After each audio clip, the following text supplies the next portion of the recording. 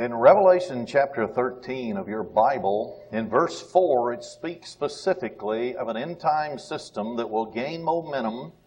And it says in the middle part of the verse, "Who is like unto the beast?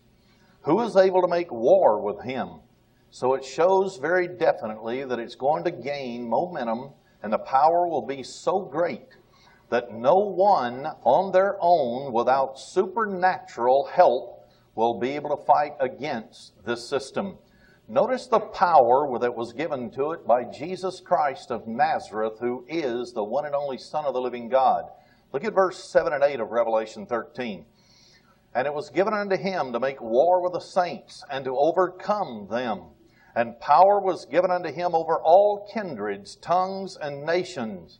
And all that dwell upon the earth shall worship him whose names are not written in the book of life of the Lamb slain from the foundation of the world." So without a doubt, this power is on the rise. We know the prophetic utterances of the Bible, when they all come together at one time, specific time in history, it marks the time when this will be fulfilled. We have seen this throughout this century, starting in Europe, with Russia, the overthrow of the Bolshevik Revolution, with Russia, and then on into China, and they've taken most of the world, and now the number one enemy is the United States of Amerika. Notice in Revelation 17, their ultimate purpose is to set up a world government. This particular world government will be divided into 10 global groupings of nations. Verse 12 says, "And the 10 horns which you saw are 10 kings, which have received no kingdom as yet, but receive power as kings 1 hour with a beast. These have one mind, and shall give their power and strength unto the beast. These shall make war with the Lamb." So this identifies the time setting for when this prophecy will be fulfilled. This government that rises, which will divide the world up into 10 global groupings of nations, which the Club of Rome, a think tank for the One World organizations, has already done since 1977. Every nation in the world has been divided up into one global region or another, and they're called kingdoms. This is nothing but a computer model of the way they want the world to be run. And it's based upon economic lines, just like Daniel chapter 2 says. It says, "The Lamb shall overcome them, for he is Lord of lords and King of kings, and they that are with him are called, chosen, and faithful." And I want to emphasize the word faithful, not those who ultimately fall away before the end of the age. This clearly shows there is coming some type of government that will rule over all nations. It'll be divided into 10 global groupings of nations. The United States, Canada, and Mexico is number 1 of their 10 kingdoms. And yes, the Club of Rome actually calls them kingdoms. So here will be 10 regional leaders and an antichrist, as the people in religion like to say. He will be the super governor that all 10 of these regional kings will report to. So there will be someone who will eventually sit in the temple of God in Jerusalem, claiming to be God, and the whole world will be required to worship that individual. Are there sinister forces at work today in America that is converting the United States of America as we knew it under a constitutional government? Are they converting America to that which was called for in 1987 from February the 15th to the 22nd on ABC Television's miniseries, America Spelled with a K? I will mention many items today that seemingly to the public would be unrelated in any form. But when you've studied behind the scene to find the agenda of those who are working for world government, when you begin to put this piece and another piece and yet a third and a fourth piece together, you begin to see the overall program for world government. And when they put all of the various parts together, then you will have what they want. their Novus Ordo Seclorum. Listen to a statement. This was Dateline, San Antonio, Texas, and it was published in the latter part of May 1996. Quote, one of the leading FBI experts on domestic terrorism says the federal government has to take some of the blame for the rise of the right-wing groups like the Freemen and the Republic of Texas. Byron Sage, who negotiated with David Koresh at the 1993 Branch Davidian standoff in Waco, says officials have not countered intentionally incorrect information about government actions there and at the Ruby Ridge incident, which has led to the formation of the anti-government groups. Sage said the Freemen and the Republic are criminal gangs which are using politics and religion as a front for fraud. End of quote. What did he mean when he said government should take part of the blame for letting people speak out about the Ruby Ridge incident and the Waco incident? Does he mean that the First Amendment right of freedom of speech has now been abridged, or the government should take action so that you and I cannot seek out truth, even when the government of the United States does not tell the truth but tries to cover up its own atrocities and its own illegalities, and that we should not have opportunity to tell the rest of the country? I don't think so. I believe this gentleman is calling for what we would call silence in the media. Silence of anyone, anywhere, at any time who would expose their program for world government. But when you study Bible prophecy and you see there is prophesied the rise of this government, there is no way you can understand it unless you put the pieces together and you show how their program is working. Another incident, and unless you've been watching very carefully, you will totally have missed it, is if you look at a long list of individuals in the obituary columns of newspapers. These are individuals, you would have to take the obituary columns from various newspapers around the country, and you would see a growing list of people who have committed suicide, been murdered, or they've called it accidental death, and that's what the suicides were also. These are former friends of former Governor and President Bill Clinton. There are 28 people who have been on the list of these, but there has yet been others added to it. One of those on the 28 is a man by the name of Ron Brown, high up in government. And this gentleman was in a plane crash over in Europe, checking out the situation in Bosnia. But according to people who knew Mr. Brown, they said that he was silenced because he knew too much, and he threatened to spill the beans, and that he said he would not go down by himself. He made the mistake of stating these things to friends. And then all of a sudden, he went down in an air crash in Europe. But what is so interesting about this is that he had a business partner who had traveled to South Africa. The very next day after his plane crash, his business partner was assassinated in South Africa. Is this just coincidental? Are all of these items that have been going on, the deaths of all these individuals, are they just incidental byproducts in society today because we live in such a ruthless society? The pilots of the brown plane did not declare an emergency or indicate that they were having difficulty with their approach to the runway in any way. To be exact, they've now said that there was no black box in the plane. Whether this is the truth or not, you and I will probably never know. A week before, First Lady Hillary Clinton flew in the same airplane. Would she have flown in that airplane without a black box in case something happened, that they would know what caused some type of crash if she was in it? I don't think so.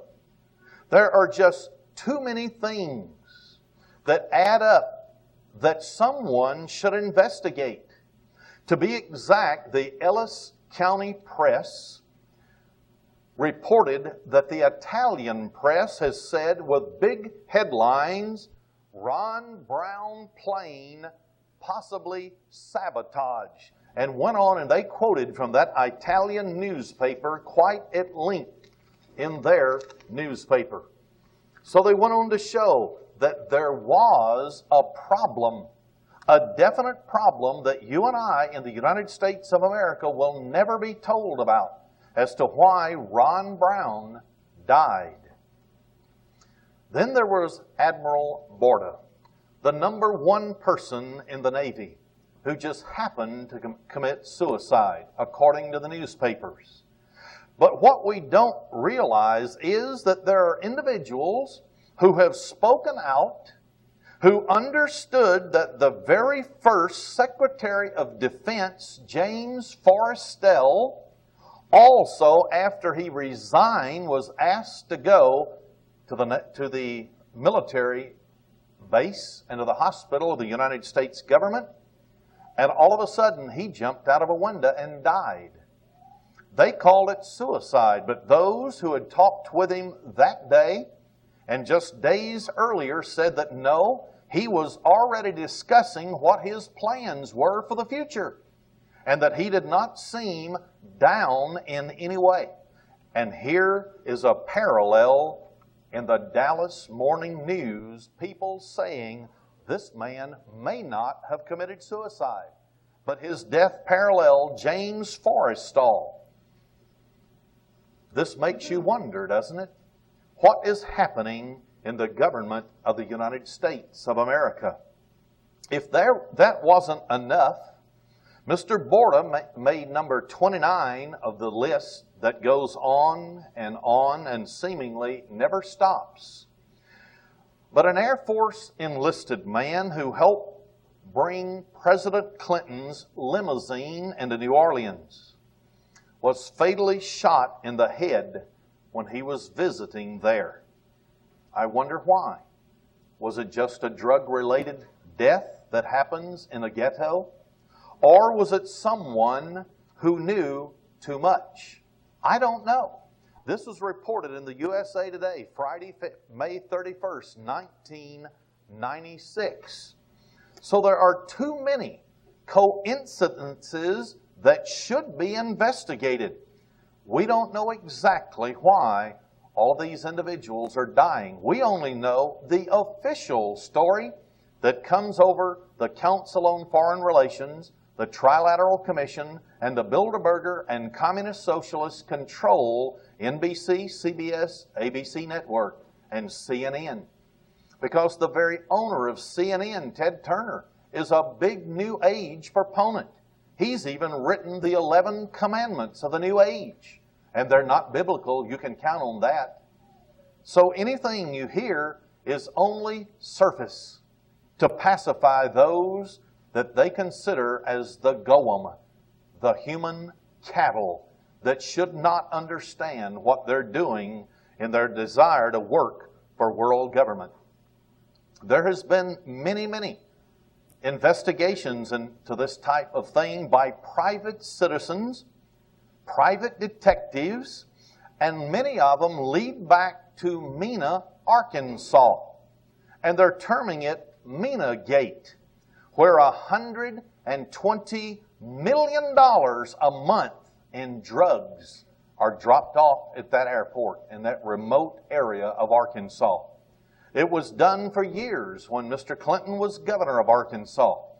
And everyone who discussed it, who investigated it, who stumbled upon it accidentally, ended up being dead.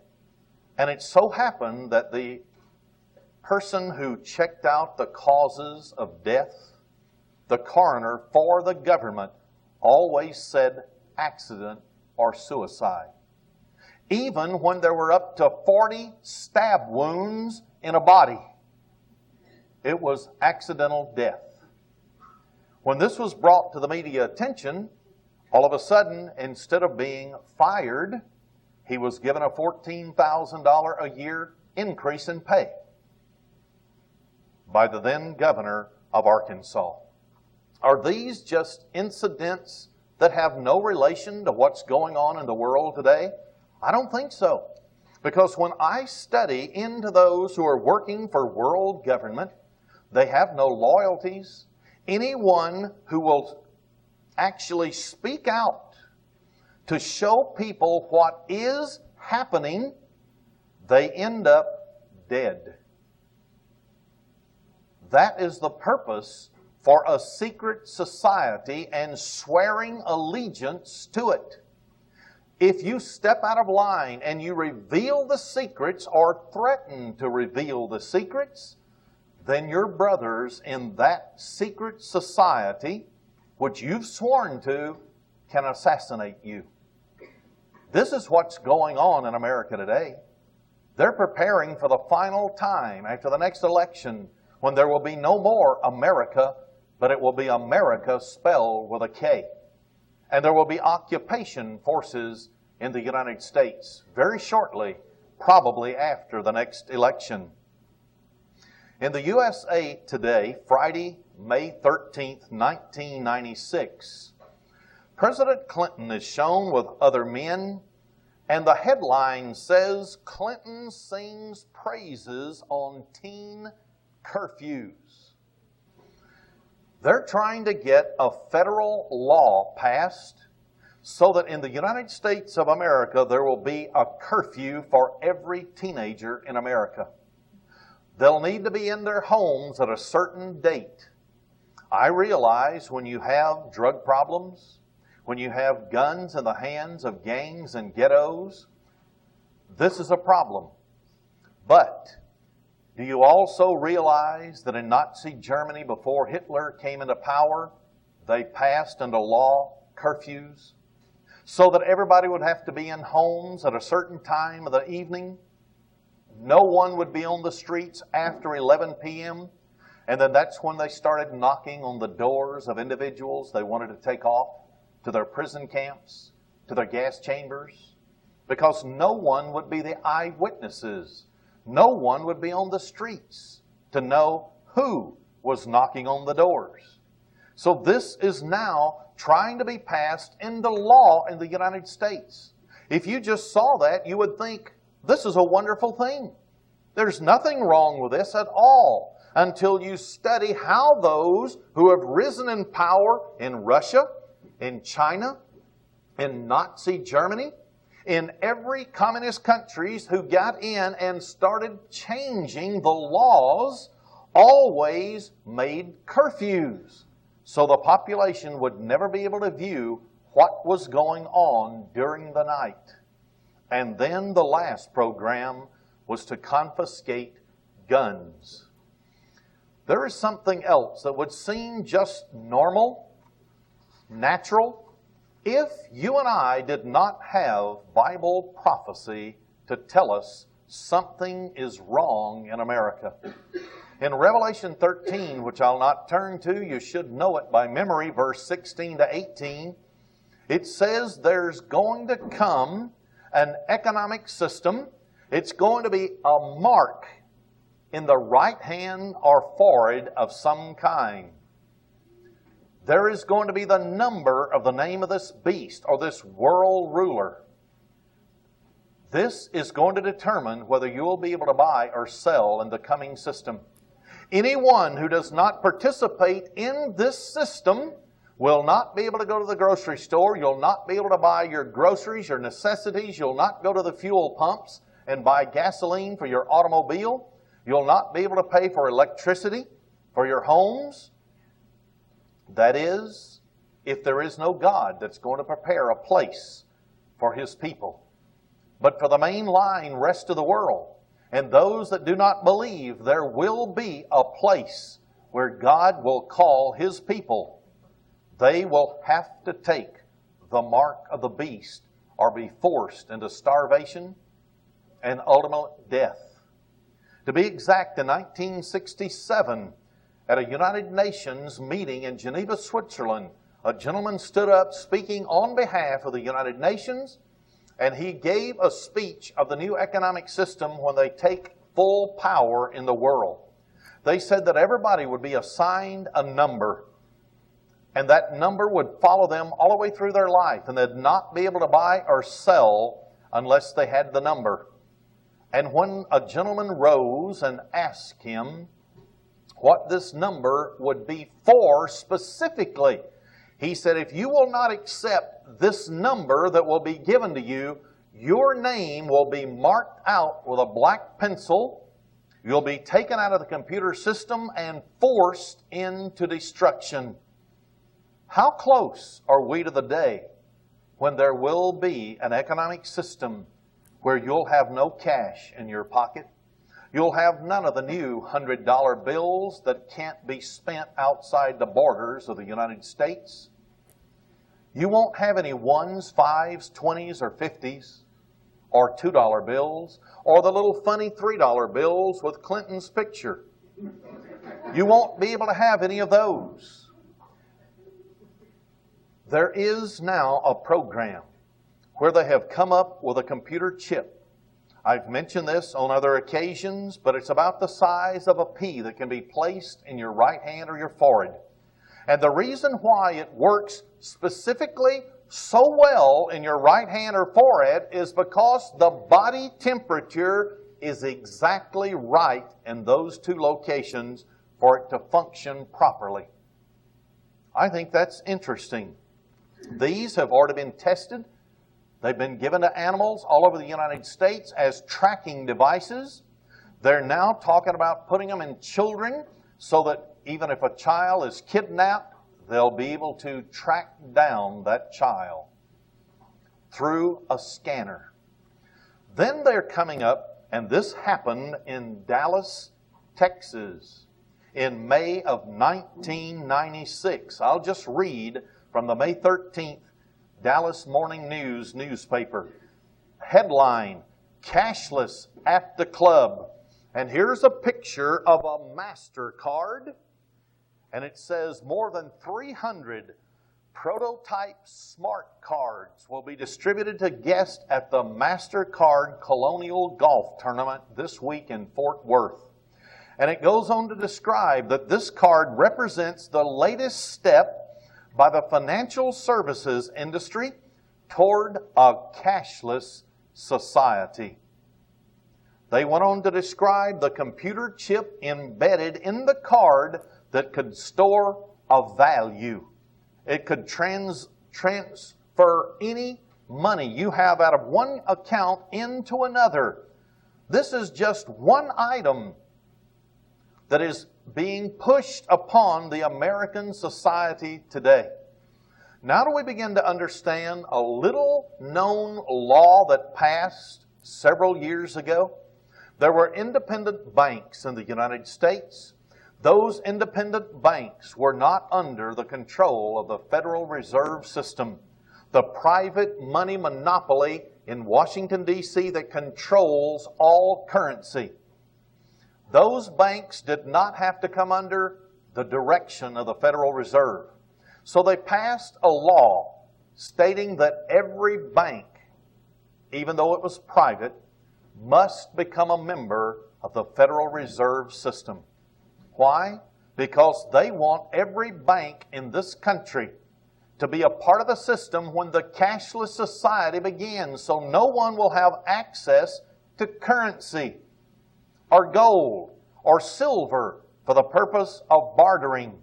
It's got to be cashless society so that they will have total control. The name of the game, if you're going to have world government, is control. If they can control the food supply, if they can control the money supply, then they will be able to control you and me. and the latest innovation. They don't want to just stop with a smart card. They don't want to stop just with a pea-sized computer chip placed in the right hand or the forehead. ATM makes an eyes-only security check. Dallas Morning News, Thursday, May 28, 1996. You've seen science fiction movies where they go in and they put their eye up to a scanning machine and it scans the retina of your eye, and yours is the only one that is identical. Nobody else is the same. It's just like a fingerprint. And now they've already developed an eye scanner. And they're wanting to place these at ATM machines so that no one will ever be able to come in, steal one of your cards, you lose your wallet, and they go in and use and get money from an ATM machine. This has already been perfected, and they're now testing it. This was Dateline, Princeton, New Jersey. So is Bible prophecy jumping off the pages at you and me today? You bet it is. There's not a chance that all this will not happen by the end of the decade and by the beginning of the year 2000, just like they're hoping for. But in order for them to be able to force this upon us, they must control us. They must control us. So what is one of the ways they're going to control people? They've already started their media attack upon all right-wing organizations. Most right-wing organizations, has anybody ever thought why they're called right-wing as opposed to left-wing? Left-wing are communist organizations working for world government under international socialism, communism. Right-wing is the antithesis. It's Christians who know of the system that if it's imposed, it will destroy all religion, it will destroy all freedom, it will destroy the Constitution of the United States and every unalienable right that we're guaranteed by that Constitution. That's why those in Washington, D.C. at all costs must attack and destroy the credibility of all Christian organizations. And anyone who speaks out and tells how Bible prophecy is being fulfilled, because what it does, it exposes their evil program. That's why they must discredit all Christian organizations, talk show hosts who are not liberal, because remember, Khrushchev said they would elect liberals to Congress and they would pass every fragment of the socialist communist program until America woke up and would become a communist nation and not even know how it happened. So when you hear someone is a liberal, you know they're a communist. They're passing the liberal communist socialist program in Washington to enslave us.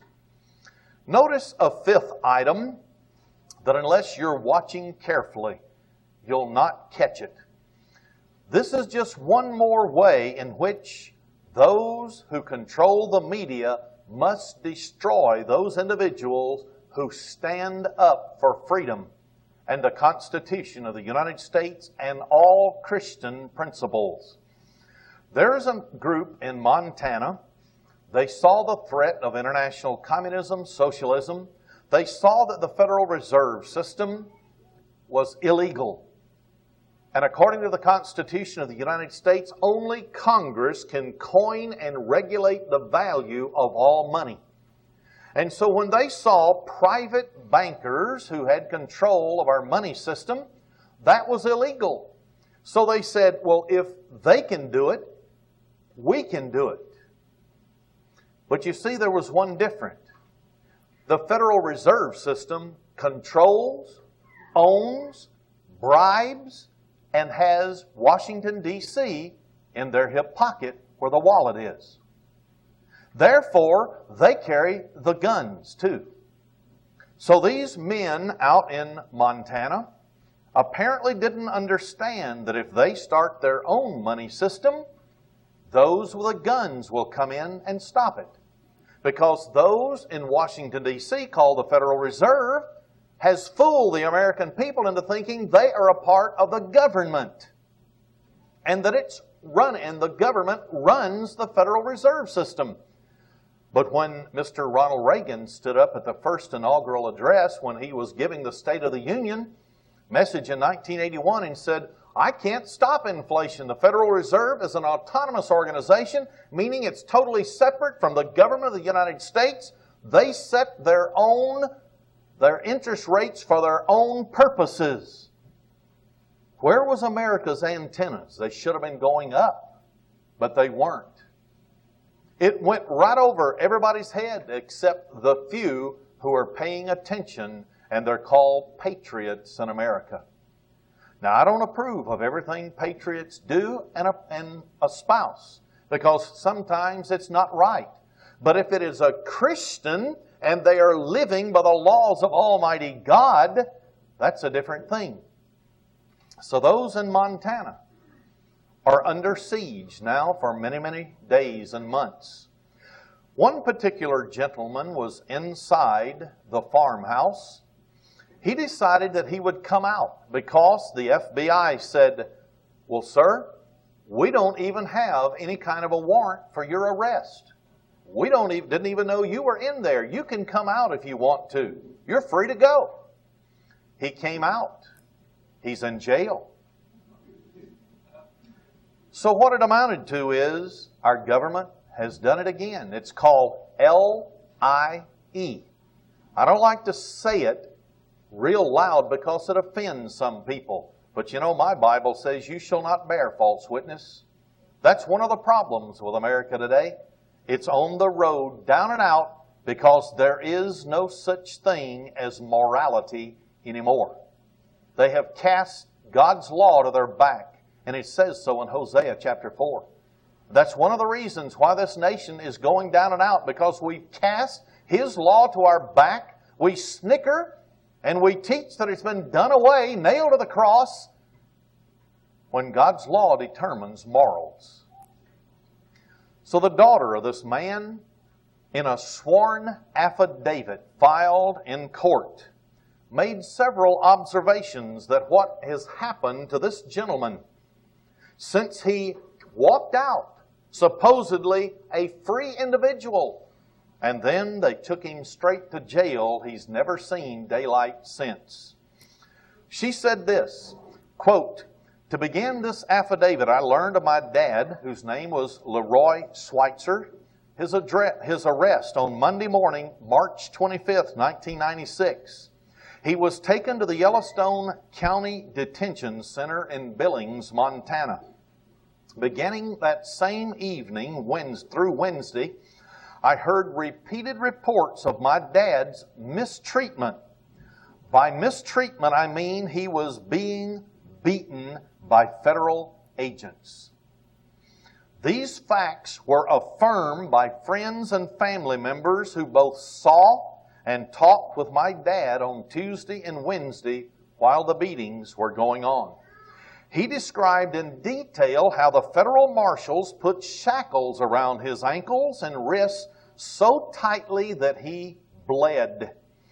He said they strapped him in a chair, kicked him in the legs, hit him in the face, grabbed him by the hair of his head and yanked his head around, pushed in on his ears with their fingers until he almost passed out, and pressed on the backs of his fingernails.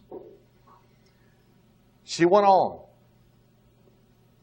that to them, he said to them that he was a hot potato, and they didn't want him to keep uncovering all the corruption going on.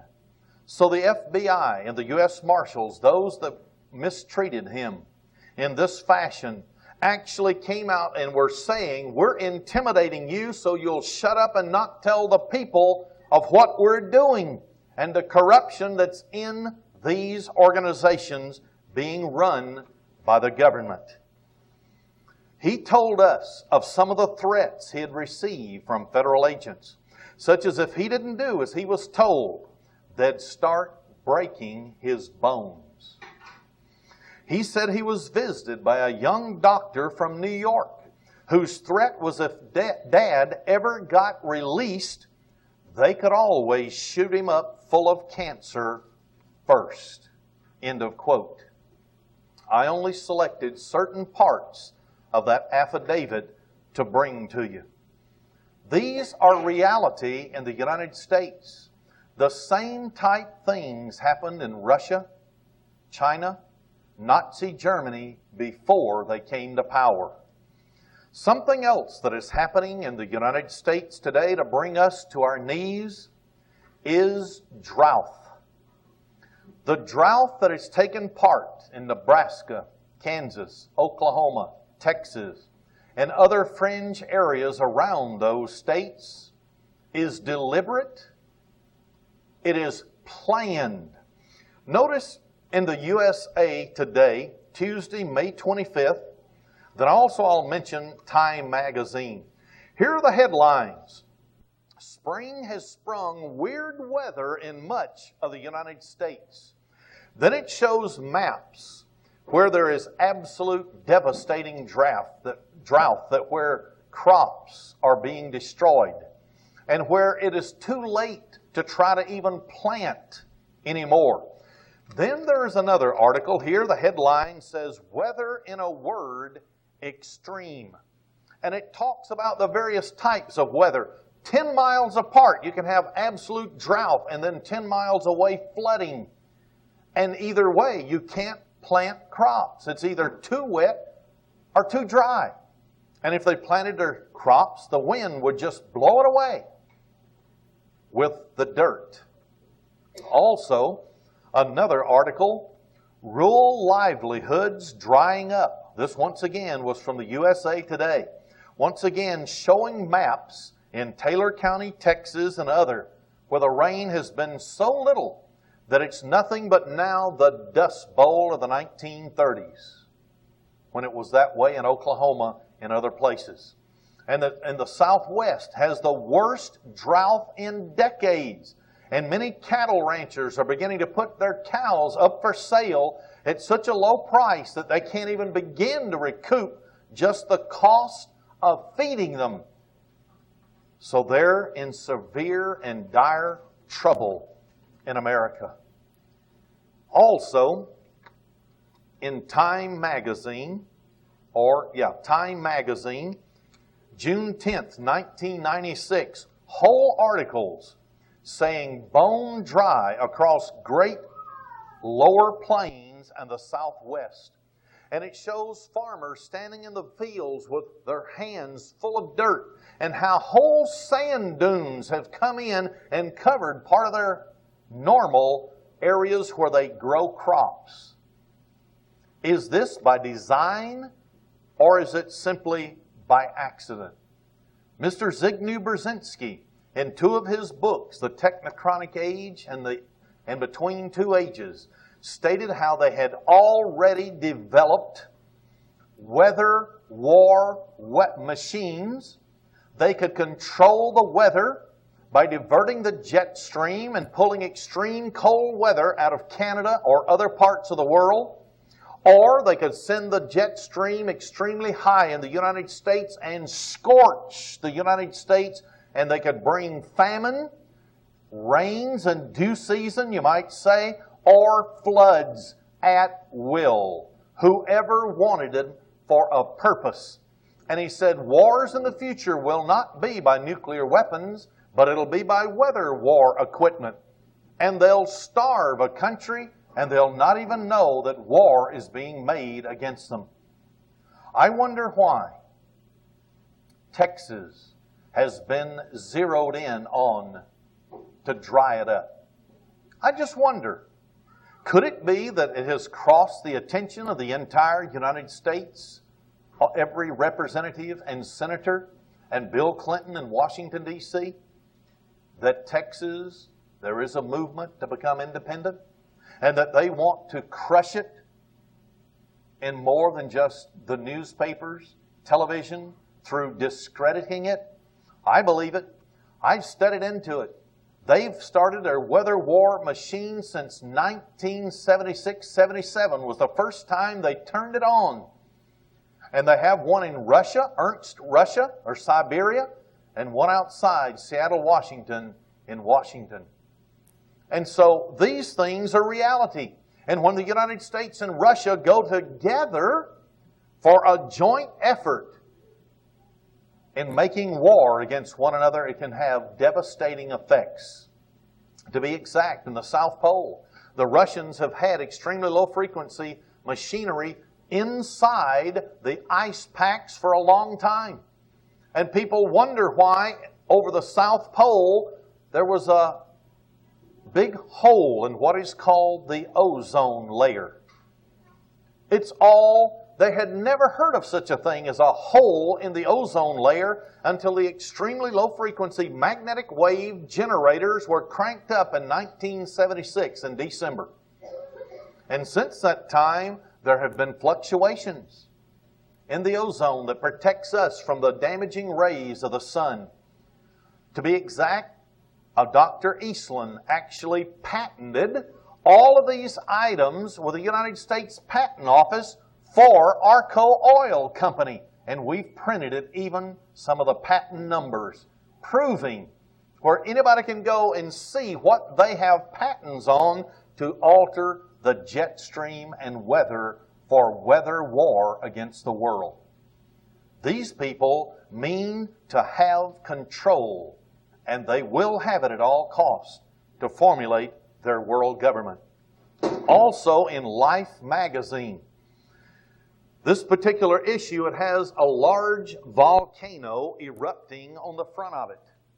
Do you realize since the extremely low frequency magnetic waves started being emitted in December of 1976, there have been more volcanic activity than ever in the history of the world? There has been an increase in earthquake activity. To be exact, even in the patents, some of the side effects of using extremely low frequency magnetic waves has been increased earthquake activity. To be exact, they even said they can designate certain fault lines, use the extremely low frequency magnetic waves to create earthquakes. Remember in October of 1989, when the San Francisco earthquake hit? Paul Harvey came on and said just before the earthquake activity took place, they detected extremely low frequency magnetic wave activity. Then when the earthquake happened in Los Angeles in 1993 or 4, whenever it was, the same statement was made by Paul Harvey. To be exact, a gentleman in California who has an extensive operation where he monitors extremely low frequency waves, stated 3 days before the California earthquake that there was high concentrations of extremely low frequency magnetic waves, and he feared the San Andreas fault line would go off. 3 days later, it did. And Paul Harvey stated twice, 2 days in a row, that there were extremely low frequency magnetic wave activities before the earthquake. Inside the pages of this particular Life magazine showing volcano activity, it tells about Yellowstone National Park. How that every single geyser except Old Faithful has been affected by ground swell of 3 inches because of volcano activity that is down deep in the earth. And how that Yellowstone Park is a volcano, and that it's about to erupt, and if it does, it'll make Mount St. Helens, because of the ground swell, it'll make it look like child's play. What did Mount St. Helens do? It sent soot into the atmosphere that darkened the sun from inhabitants in the Montana and the western Washington area and Idaho for several days. It sent soot around the world that made the sun alter the way we look at it. It made it look red. What's going to happen if there are volcanic activities erupting all over the globe at one time in the future? That means millions and billions of tons of soot will go up into the atmosphere, and they fear, according to articles, that there's going to be a nuclear day, because they say that one giant earthquake that may set off volcanic activity all around it is like 100 atomic bombs. Can you imagine that? I can't. But Mount St. Helens, for the first time in human history where they've ever seen a volcano, blew out the side of the mountain. It didn't erupt straight out the top of the mountain and lava flow go over the crest. What happened was, once again, they said there was a high concentration of extremely low frequency magnetic waves just before the eruption, and it blew out the side of the mountain and not the top. Then there is something else that is being talked about in the news today. Headline: Safety of water supply is threatened worldwide. This is in the June 4th, 1996 Dallas Morning News, or USA Today, where it's talking about the old types of sewage lines that go under the cities, that tunnel underneath thousands of miles throughout the world under cities, and how they're beginning to crumble, and seepage is coming in. Nuclear radiation could possibly even come into the sewer lines and the water supplies, because when volcanoes go off close to areas that have underground sewage facilities and water supplies, then they can be contaminated. So we are beginning to live in the most dangerous and yet the most exciting and the most wonderful age that has ever existed. But man is on the very verge of setting up this system. But at the very same time the system is being set up, all of the other prophecies concerning volcano activity, earthquake activity, persecution of Christians is all coming to pass at the same time. So for Christians, we're going to be seeing what is happening, but at the same time, it's not going to be fun, as many of us think, unless there is a God that will supply our every need.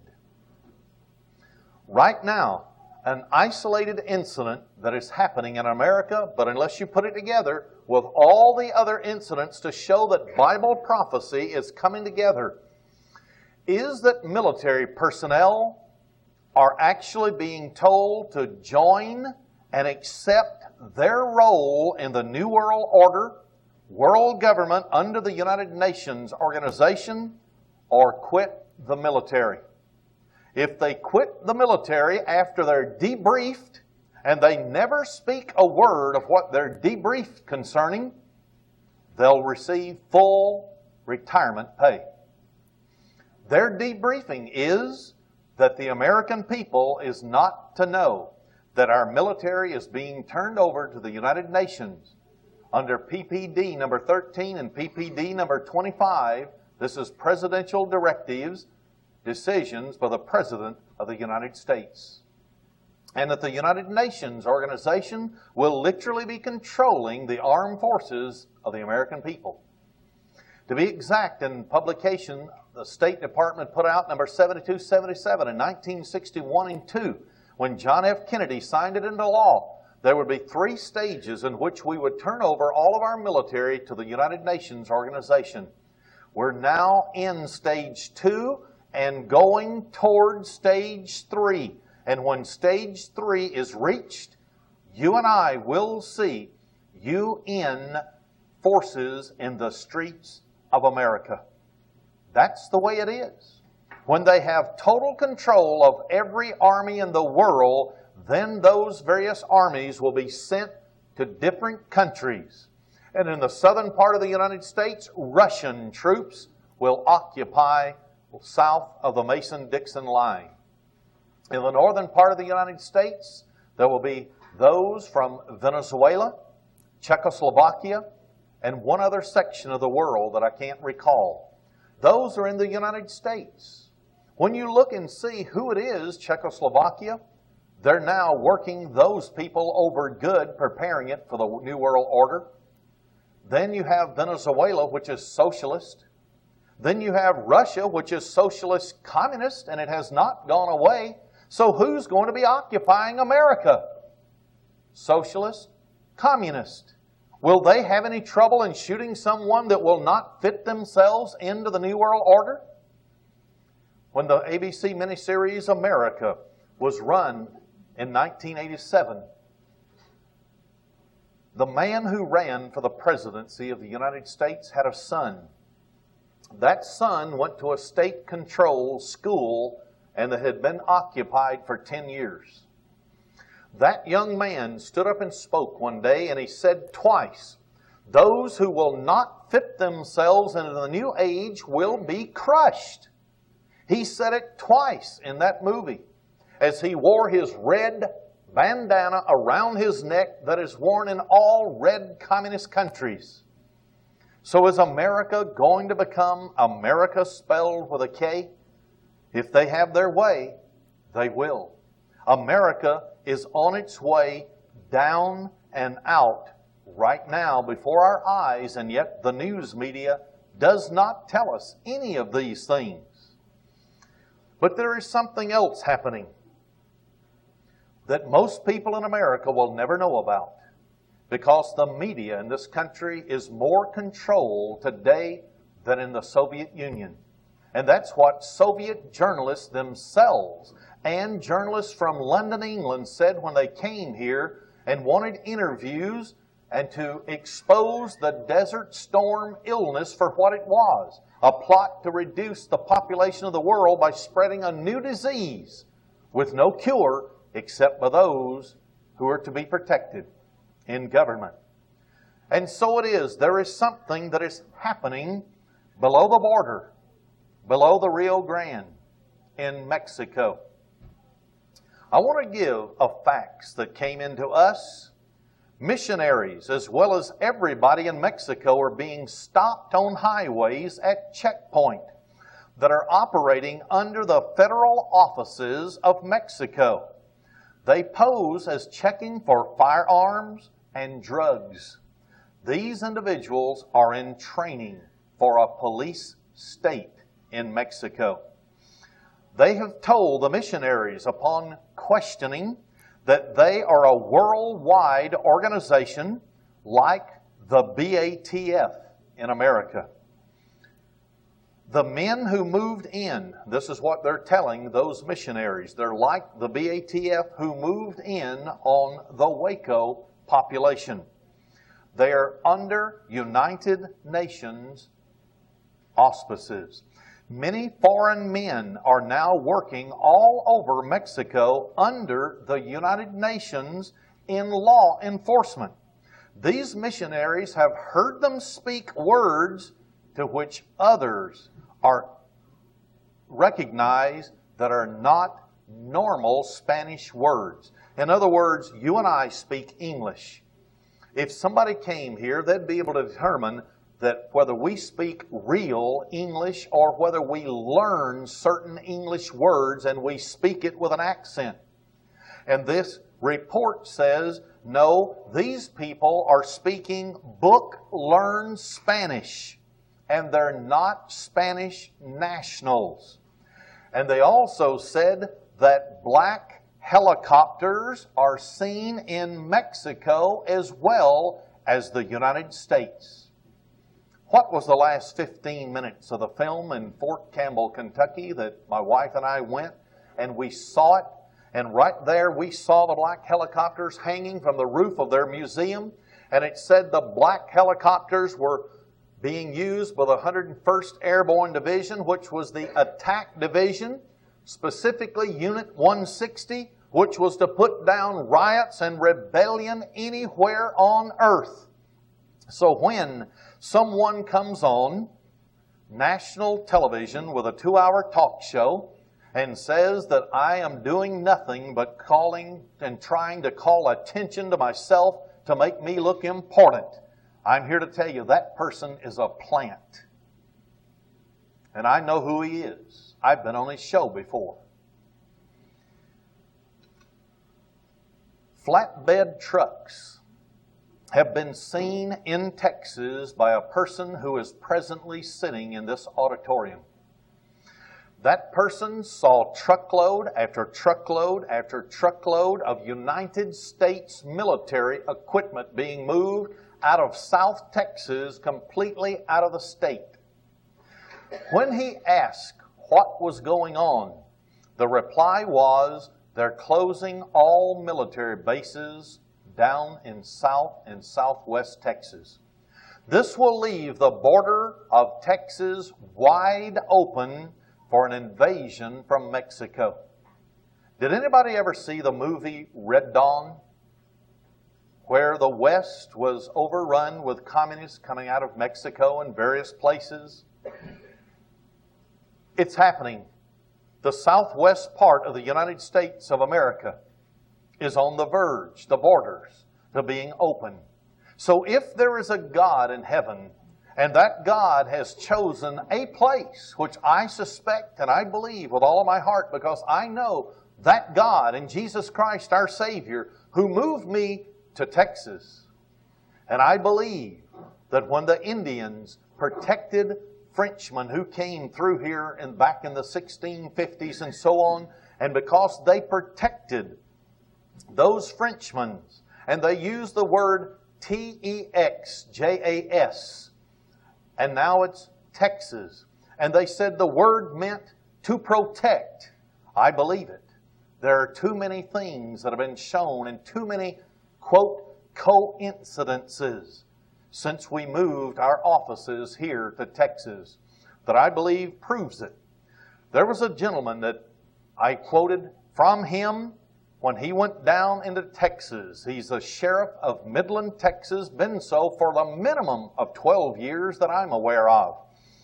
He went down into Mexico in 1986, took with him deputies of Mexican and Spanish extract.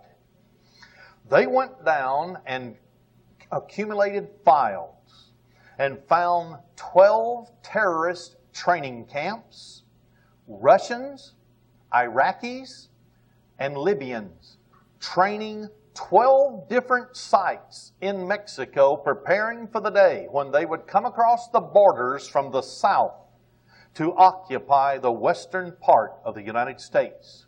He's Sheriff Gary Painter. Anyone can call for the sheriff's office in Midland, Texas, and verify this. To be exact, I took it out of newspaper articles from the Midland newspapers back in 1986. Headline, Terrorist Training Camps Uncovered. A second headline, Sheriff says terrorists train in Mexico. Then a third, terrorists have camps in Mexico, sheriff says. I want to read to you something now, a letter from the number one and the very first decorated Brigadier General Gordon Jack Moore in the Vietnam War. The very first person ever decorated and wounded in the Vietnam War. He also had been investigating training camps in Mexico. So he got together with Sheriff Painter of Midland, Texas. Here's a letter I want to read to you that he sent to Honorable Trent Lott, United States House of Representatives, Washington, D.C., who was a representative from Mississippi. For over 5 years now, I've been doing in-depth research on the situation in Mexico regarding the Soviet Union and have consolidated my findings with those of Earl Jones of Deming, New Mexico, a retired missile expert from White Sands Proving Grounds. We've pooled the information we've received from hundreds of on-the-ground observers on both sides of the border. In May, Sheriff Gary Painter, Sheriff of Midland County, Texas, heard of our work and sent Spanish-speaking deputies into Mexico to check out our observations. They not only came back with evidence that corroborated our observations, but brought back evidence of 12 terrorist training camps in southern Mexico being funded with Colombian drug money and evidently being given protection by the Mexican government. On June 10th, 11th, and 12th, Sheriff Painter flew to Washington, D.C. at his own expense and presented his observations to a representative of Vice President George Bush. That was 1986. A representative of the CIA, the FBI, and the State Department. Sheriff Painter came home a disillusioned man for the treatment he had received. He was literally threatened by the State Department to keep quiet about what he had learned. When he went on a radio talk show in San Antonio, Texas, a few days later to tell his story, the FBI immediately got into the action and began an investigation into Sheriff Painter and his deputies. Interesting, isn't it? On September 15th, I received word from Earl Jones that 2 men from the National Security Council wanted to meet with Jones, Sheriff Painter, and myself in Midland. 2 hours later, I flew to Midland at my own expense to meet these men. They never showed up, but telephoned the next day to say that they couldn't come because of heavy pressure from upstairs to drop the subject. I wonder where upstairs is. Trent, that's Mr. Lott, the representative from Mississippi. This is the point of this whole message. What has happened to our government that when honest, patriotic citizens find information which should be available to our people, they're immediately silenced by higher authority? Please do not deny this, since I have had it happen to me. This was Brigadier General Gordon Jack Moore. I'll continue his letter. Millions of our people know something is going on along this border, and they're not being told the truth, seldom even part of the truth. The people in the border states are becoming restless and frightened. I've traveled in over 18 states this year in my job as a lecturer, and I can tell you that the threat of internal violence from our own people is greater now than it's been since the Revolutionary War. Millions of Americans are becoming angered by the arbitrary manner in which their safety is being ignored by the men they put into office. I have a great deal of faith in you, Trent.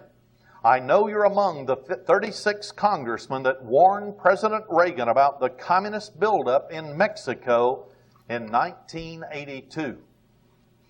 Then he said, Mr. Reagan well knows that any country that loses control of its borders is finished as a nation. It looks as though Congress will still be arguing among themselves over the threat from the South when the communists goose-step into San Diego. They have threatened to be here in the very near future.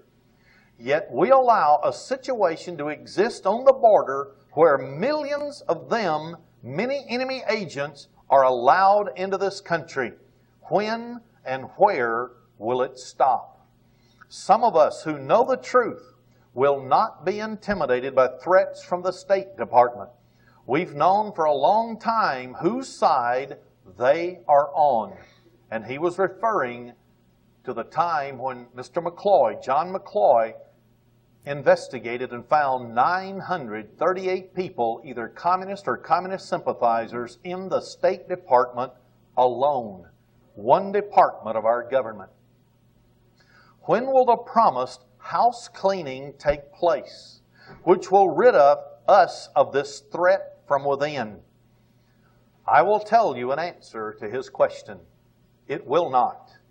They have already cleaned house, and they've gotten rid of all Christians, nearly, and anyone who speaks up for the government of the United States and the Constitution.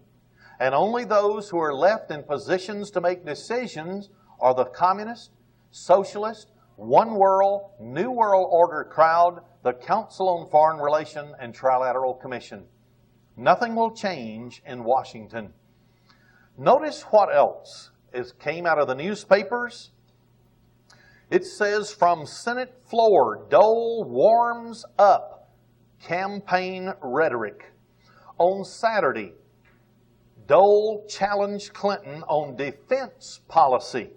He said the United States is defenseless against missile attacks because Clinton vetoed deployment of a $5 billion ballistic missile defense system. Does that make everybody in America feel better and know that they can sleep better at night, that we can't even stop one single missile from coming into this country? What does Ezekiel chapter 38, 39 show? It shows that Russia in the latter days is going to have an attack, what is called upon the mountains of Israel. And I could take the time, we've got about 7 or 8 cassette tapes, an hour and a half to 2 hours long, absolutely proving with documentation where the ancient 10 northern tribes of Israel was sifted through the nations, ultimately came out into northwestern Europe, the British Isles, and the United States and Australia. And it's undeniable when all the facts are seen. Oh yeah, they're going to come on the mountains of the United States of America. It's not going to be little tiny Israel in the Middle East. They don't need to go there. They need the number one most powerful nation on earth, the United States of America, to succumb to international communism. Another one of those incidences which just seems to be isolated. And unless you can put it all together, you'll never be able to understand what is happening in Bible prophecy today. Here is a newspaper article from the Dallas Morning News. Headline, Why a German Force in the United States? Question mark. I'm going to just quote some of this article. I'm concerned about the recent move to have a German Air Force unit stationed at Holloman Air Force Base in New Mexico. According to the information, by the year 1999, the German unit will reach full strength of 2,500 people. The German government has spent $44 million on the facility and will spend an additional $125 million in the next few years. In the past, we've trained foreign military personnel on a temporary basis. This is the first time in the United States history that it has agreed to a permanent training base on American soil to a foreign country.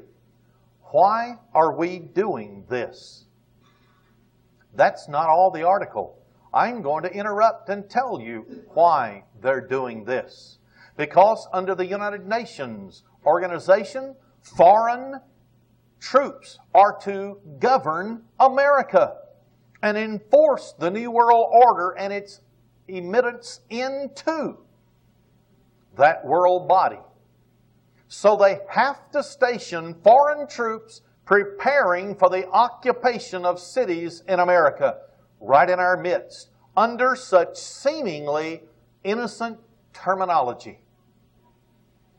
But those who know the truth of Bible prophecy and the agenda of the New World Order group know that they're preparing for the day when they, or Russians, or Czechoslovakians, or Venezuelans, or Ukrainians will be marching in the streets of America with their United Nations helmets and their United Nations tanks pointing them at your home and my home.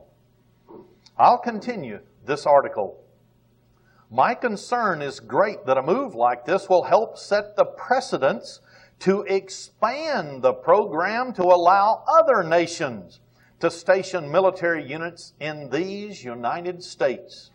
Because these units are based in the United States and some kind of military conflict occurs in the future, the convenience of combining our troops and foreign troops may be under United Nations control and direction, thus weakening the military sovereignty of the United States, would be very convenient and tempting.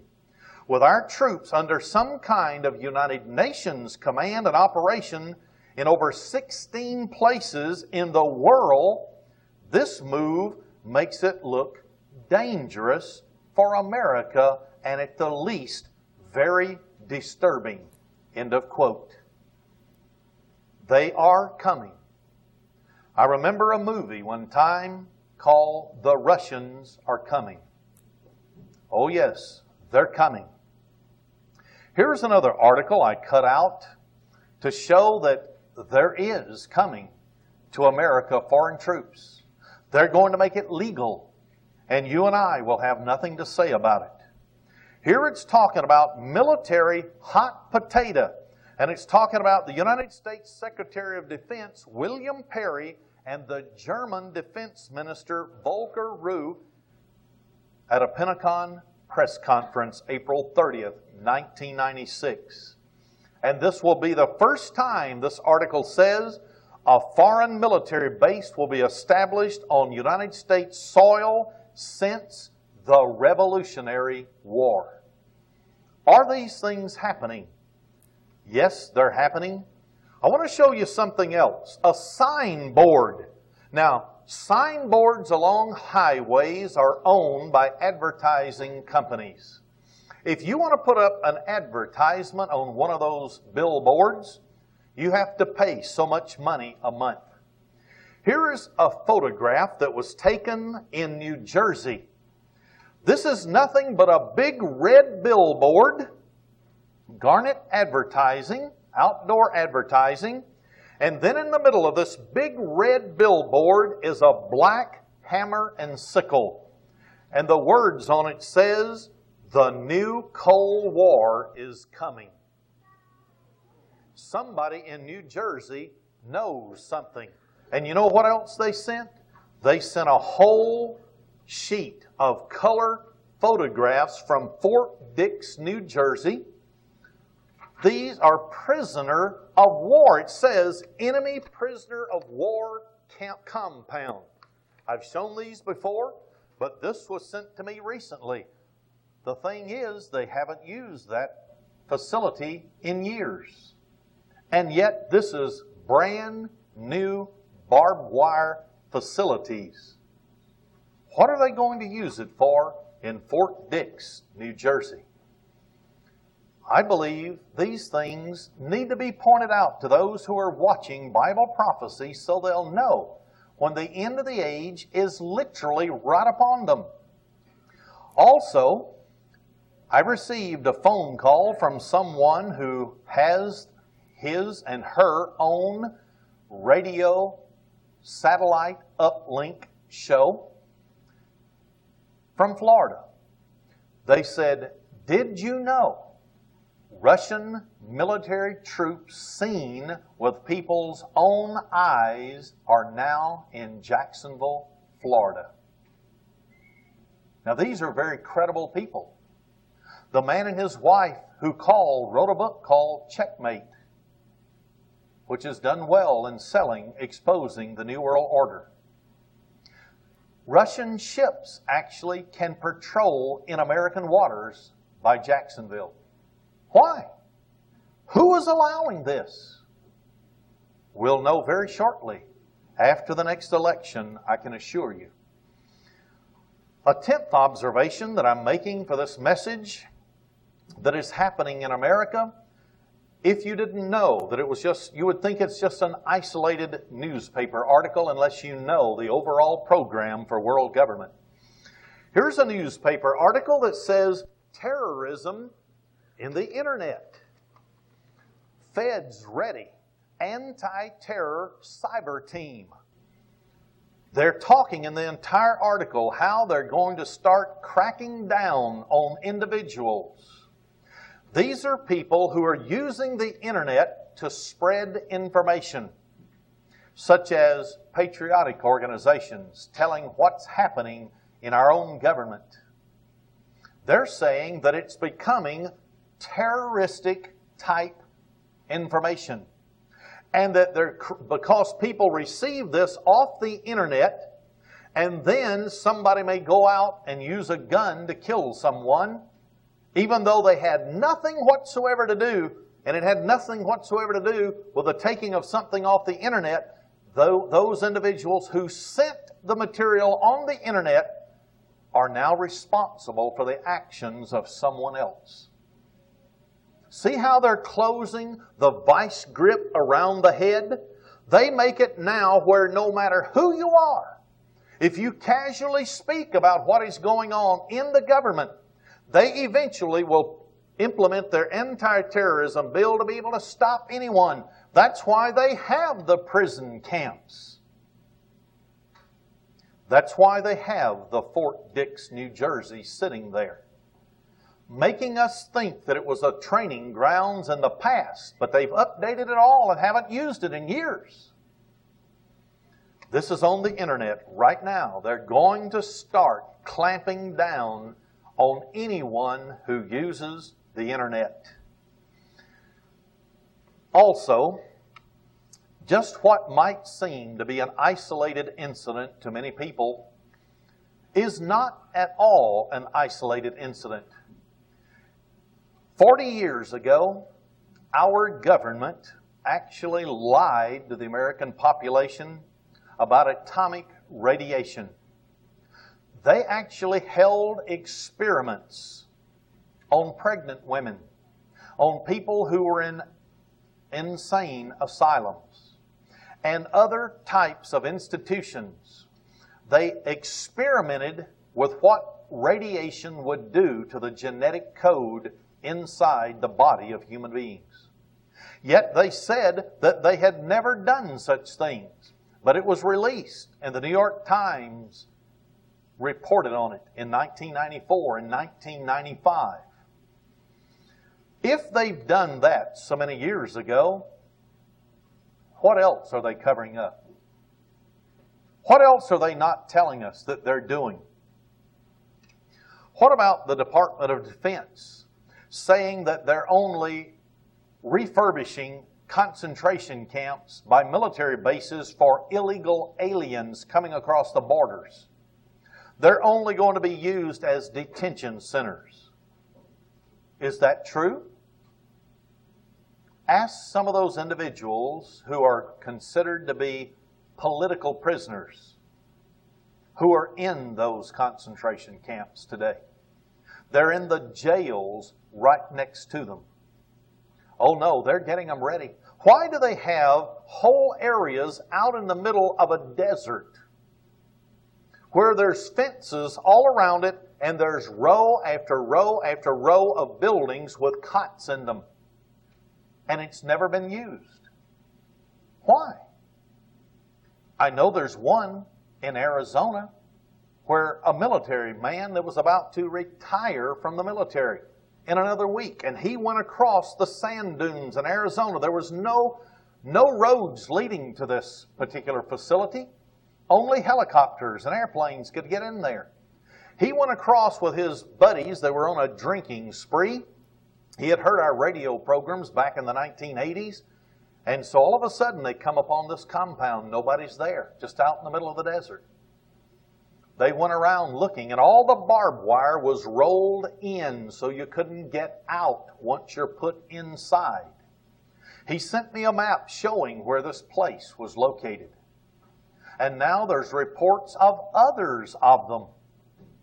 There's reports right down Interstate 20 in Texas how FEMA is now gathering small portable trailers in field after field as far as the eye can see with barbed wire around it, preparing for the day when they'll be scattered out all over, and these will be their headquarters for implementing martial law under executive orders. Why aren't they telling us these things? What about the Desert Storm cover-up? They're still denying it. What about the POWs and the MIAs from the Vietnam War? I have an entire United States Senate Committee on Foreign Relations Republican staff. Look how thick this is, a report on the MIAs and the POWs that absolutely proves that our government has put up one of the most massive cover-up programs in the existence of the world, showing that they know there are thousands of our boys still over there being tortured in work camps for the Viet Cong and so on. And yet they haven't the courage to tell the American people. So what else is being done in the name of government to keep you and I in the dark of their program? I don't know if anybody here has heard of Drs. Anderson of the Anderson Research Institute. But anyway, in Houston, Texas, they sent me an entire huge file of all their documents, absolutely proving that the Desert Stormers, those who were over in action and come home and are dying, 12,000 have died, not counting family members. Because when the Iraqis sent their Scud missiles, all of a sudden when they blew up, there was clouds that rained down upon them. And all of their biological machines just kept jumping all over the place. And then they were told to shut them off by those in charge of the military. And here is absolute documentation of the people who discovered what it was, that it was a biological agent, that it was actually manufactured in the laboratory, even has the list of those companies that manufactured it, who it was that gave approval to ship it to Iraq illegally, starting with then President George Bush down. And that they deliberately went into a war not to protect the Kuwaiti oil fields, but to set about another AIDS epidemic, only it was a different form that would spread by just touching and kissing and handling your children, your husband, your wife. And that it could spread like wildfire. And that it's affected 27 of the 28 countries that were in the Middle East. The only one that has not been affected is France. And nobody can figure out why. But over 12,000 have died in the United States of America. All because of the Desert Storm and its cover-up. Another isolated item, unless you're looking behind the scenes to find out what is going on in the United States to prepare us for world government, is some of the following information.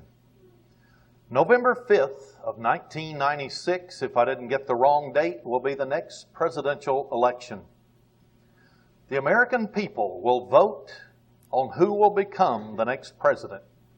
They have a choice of a Republican who is a 33rd degree Mason, and when you check his voting, he always stands for everything the American people wants to hear, but when it comes voting time or compromise time, he gives everything the American people wants away. Or a man with a background. A man who was voted into office already. And he'll be running again. Mr. Bill Clinton graduated from Georgetown University under the teaching of a Professor Carroll Quigley. Carroll Quigley, this is a man, has indoctrinated his students with the idea of world government for over 25 years, and that world government would be under socialism, communism.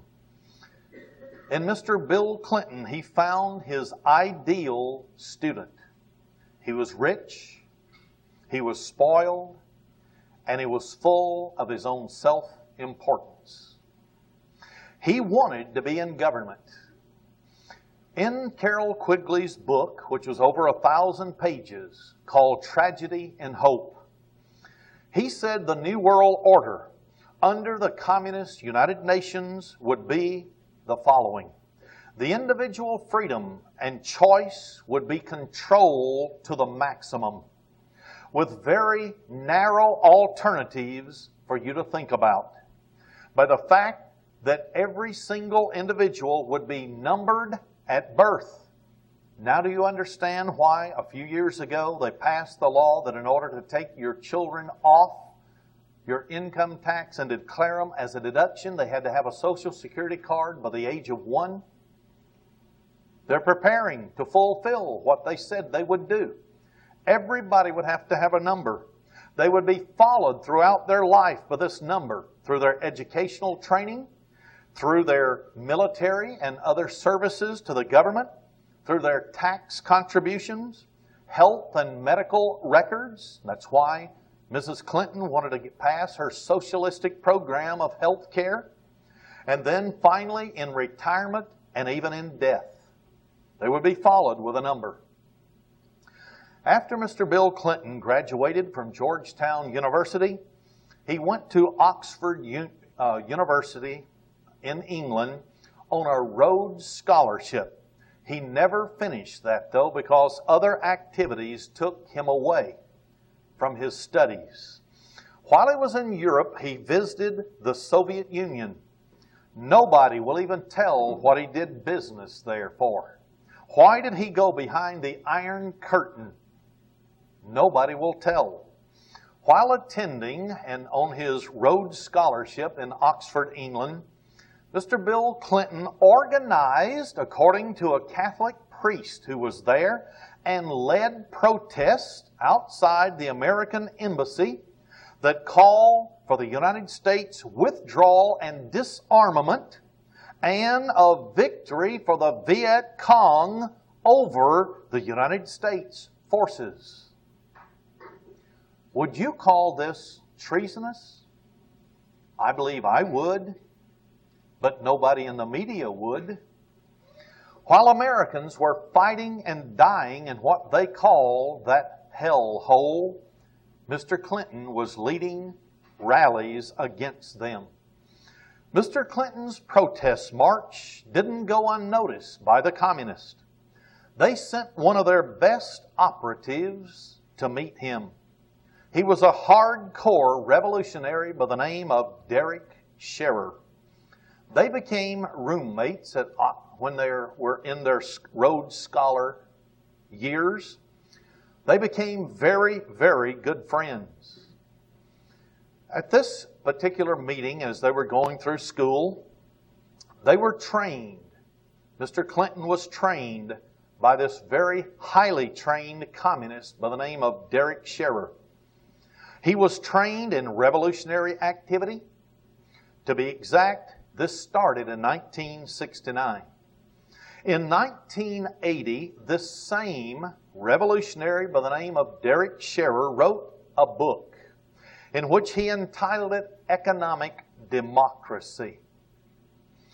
He actually formulated a plot and put it on paper for anyone who can find this book that was released in the American to the American public.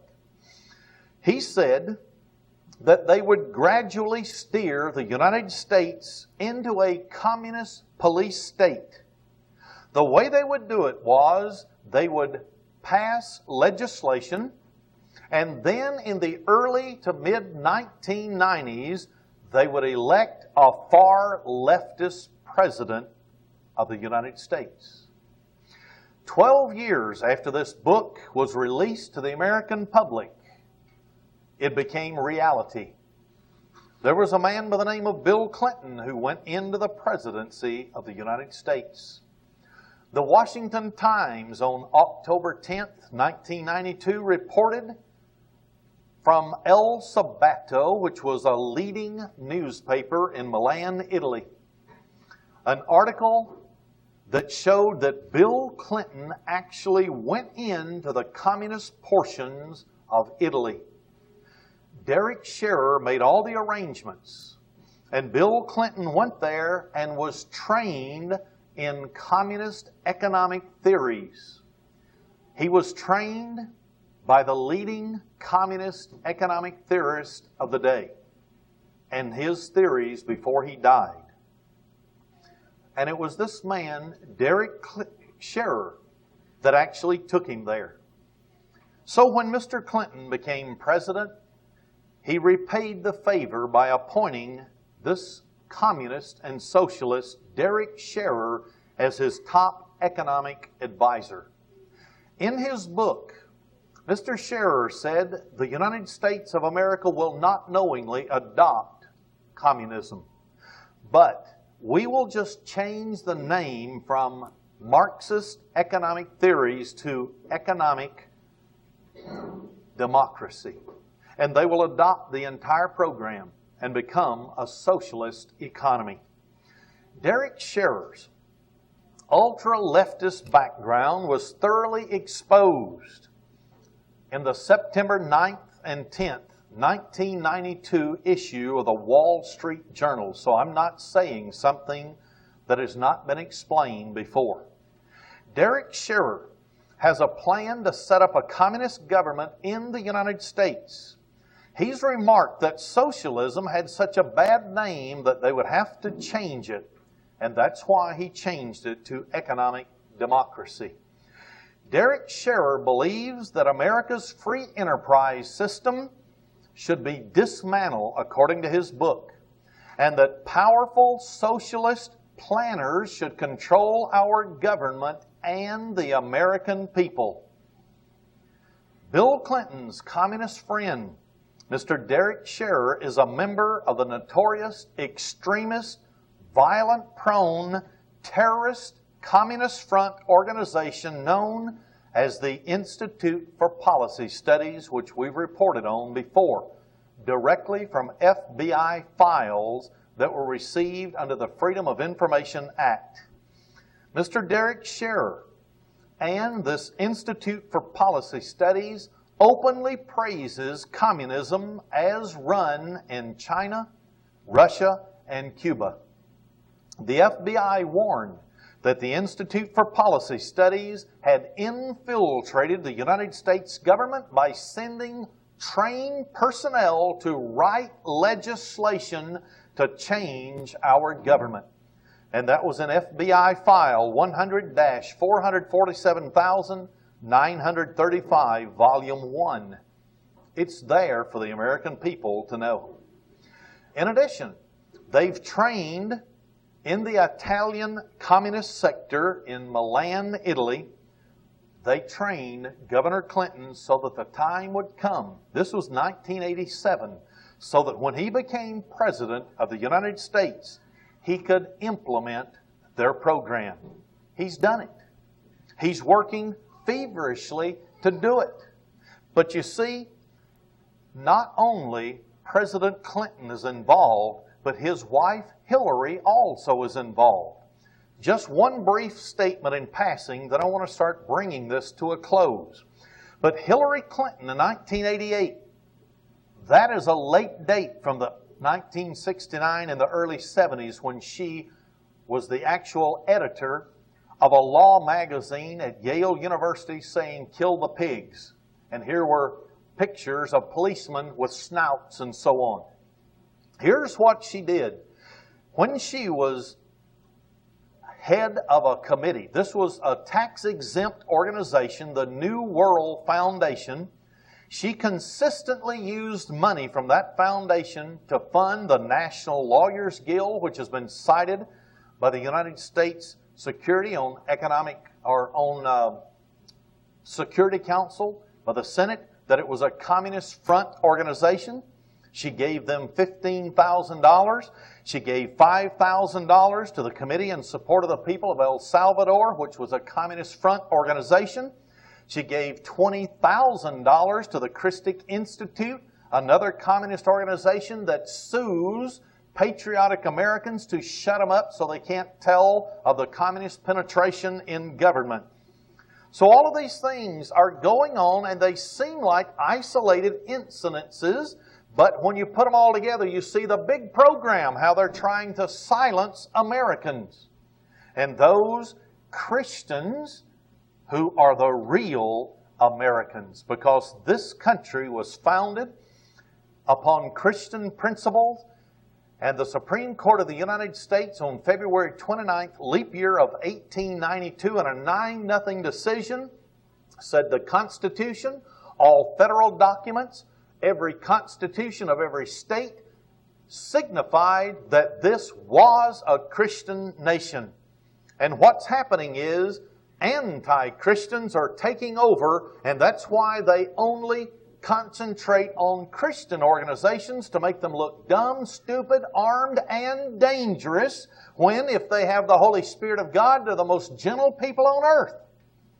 But you see, if Christians, or people who say they're Christians, can be so duped by Satan's instruments, no wonder the Bible says they're going to turn one another in and hate one another.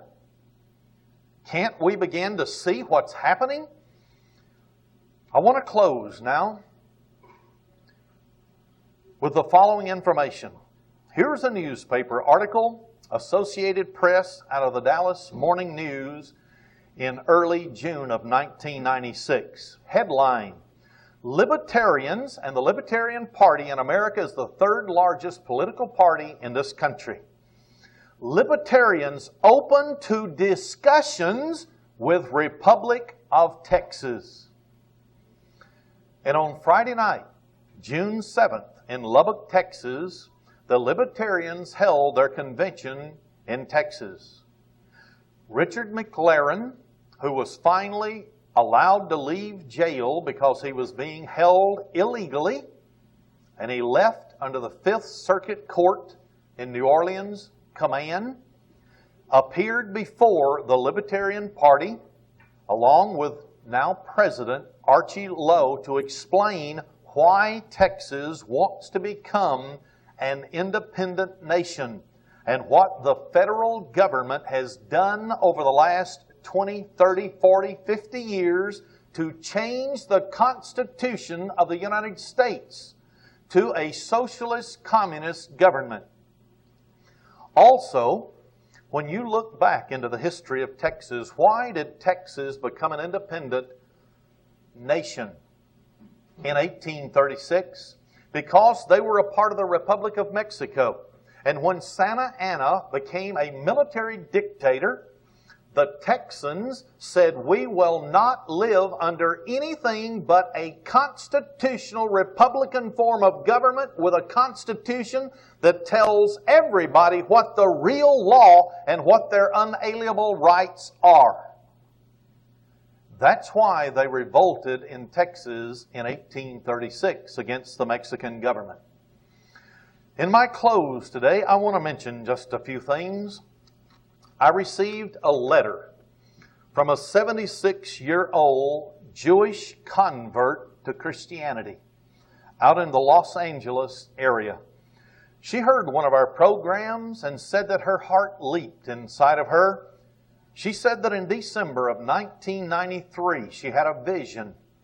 And she began to pray and ask God, if we have people who are your people and called by your name, and they accept Jesus Christ as their personal Savior, and here comes the New World Order, why are these innocent people whose hearts are right with you, why are they going to be killed along with everybody else? Why isn't there a place where your people can be safe? And she heard, as it were, a thunder in her ears, I have a place, Texas. She had never heard of us until 2.5 weeks before this taping. And she stated that she sent out hundreds of letters to television ministers and radio ministers all across the nation and never received one single reply. She said they were too busy running their ministries and seeking money to keep them going than listening to the Holy Spirit of God. I remember sitting over in Fort Worth, Texas. My sister-in-law is sitting in this room today. I was sitting in the van praying. I didn't know why, but God's Spirit came upon me, which I felt so many times that I knew God was dealing with me. And I knew that I had to get out of Missouri, but why? I had no idea. She came back to the van after walking around and seeing to the tourist traps, over at the stockyards in Fort Worth. She sat down in that van, and I just turned to her and said, I don't know what I'm doing in Missouri. I've got to get out of Missouri. Her teeth dropped, and she has all natural teeth, but I picked them up off the floor for her. She didn't know what to think. My wife and mother-in-law came back to the van, got in. They were sitting there, and my sister-in-law in the back seat kept saying, trying to make faces at my sister to try to tell her what's going on with him. Well, she didn't know. I was the only one that knew. As we started driving home that night, or the next day, I forget which, we were going up through Oklahoma, and I just turned to my wife and I said, I can't stop. 2 words keep going through my mind, and I can't stop them. Even when I try to think of other things, it won't quit. The gathering. The gathering. And it just continued.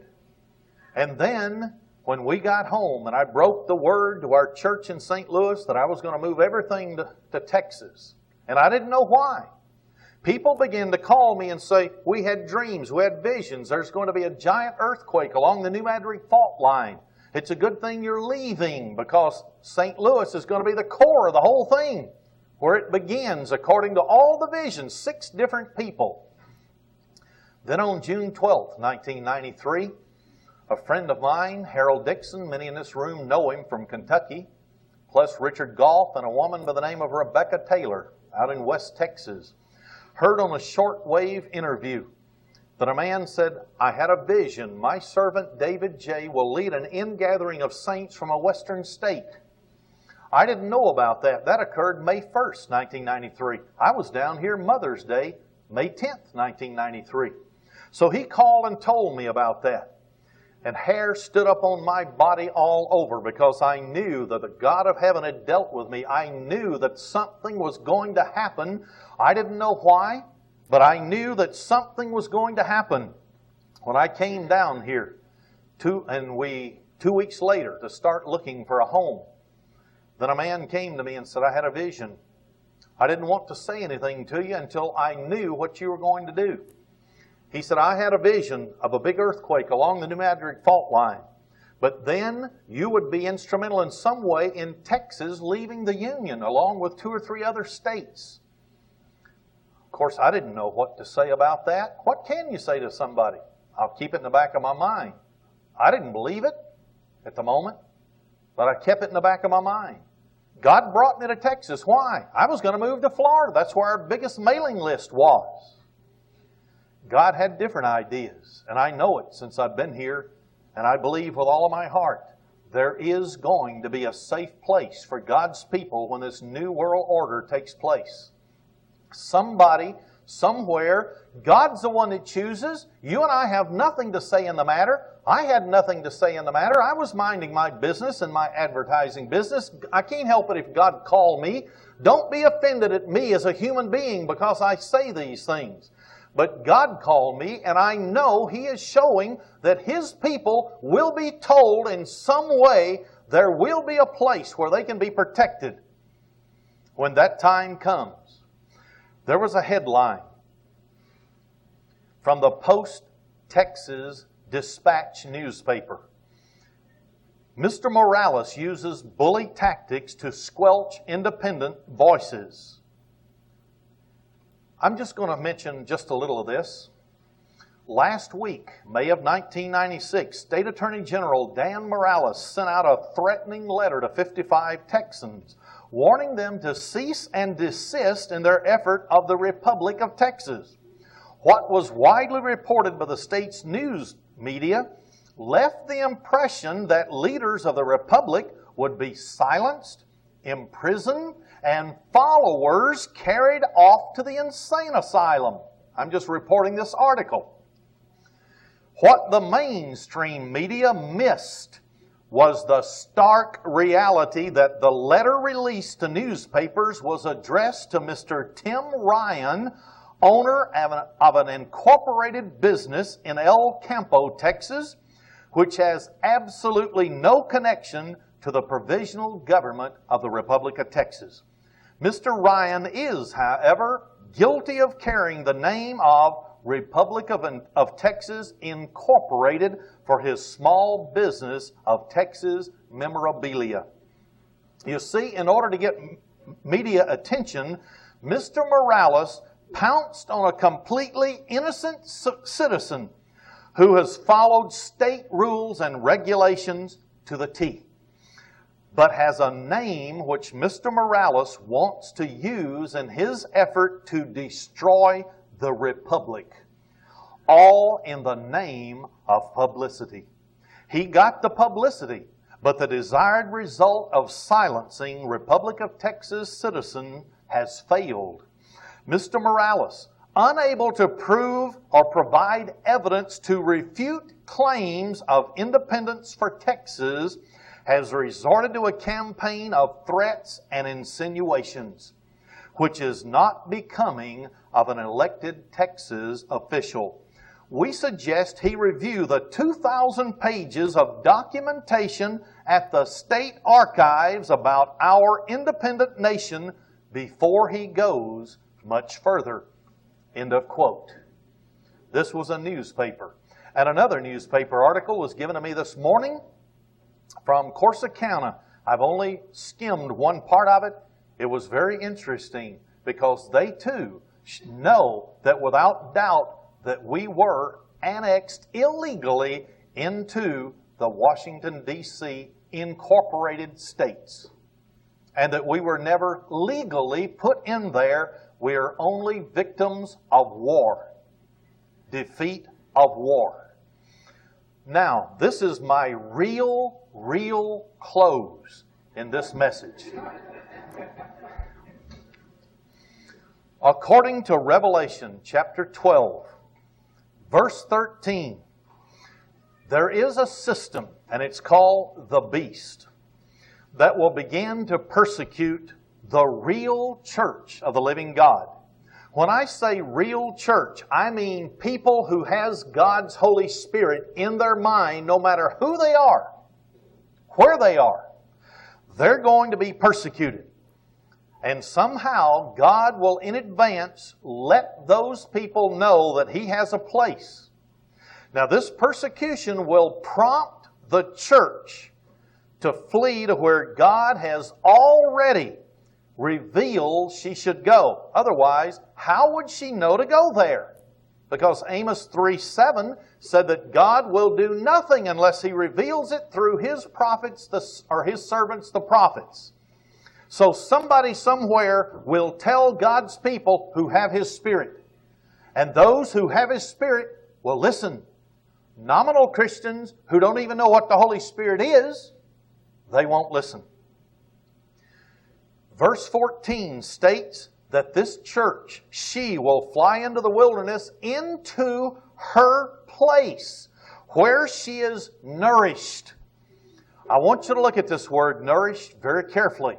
It'll be the last 3.5 years when the beast will rule as God sitting in the temple. The word nourished is number 5142 in the Strong's Concordance of the Greek language. It means to strengthen or fatten with food. In other words, God is going to provide a place where those people can be fed and provided for 3.5 years, because you can get hungry during that period of time.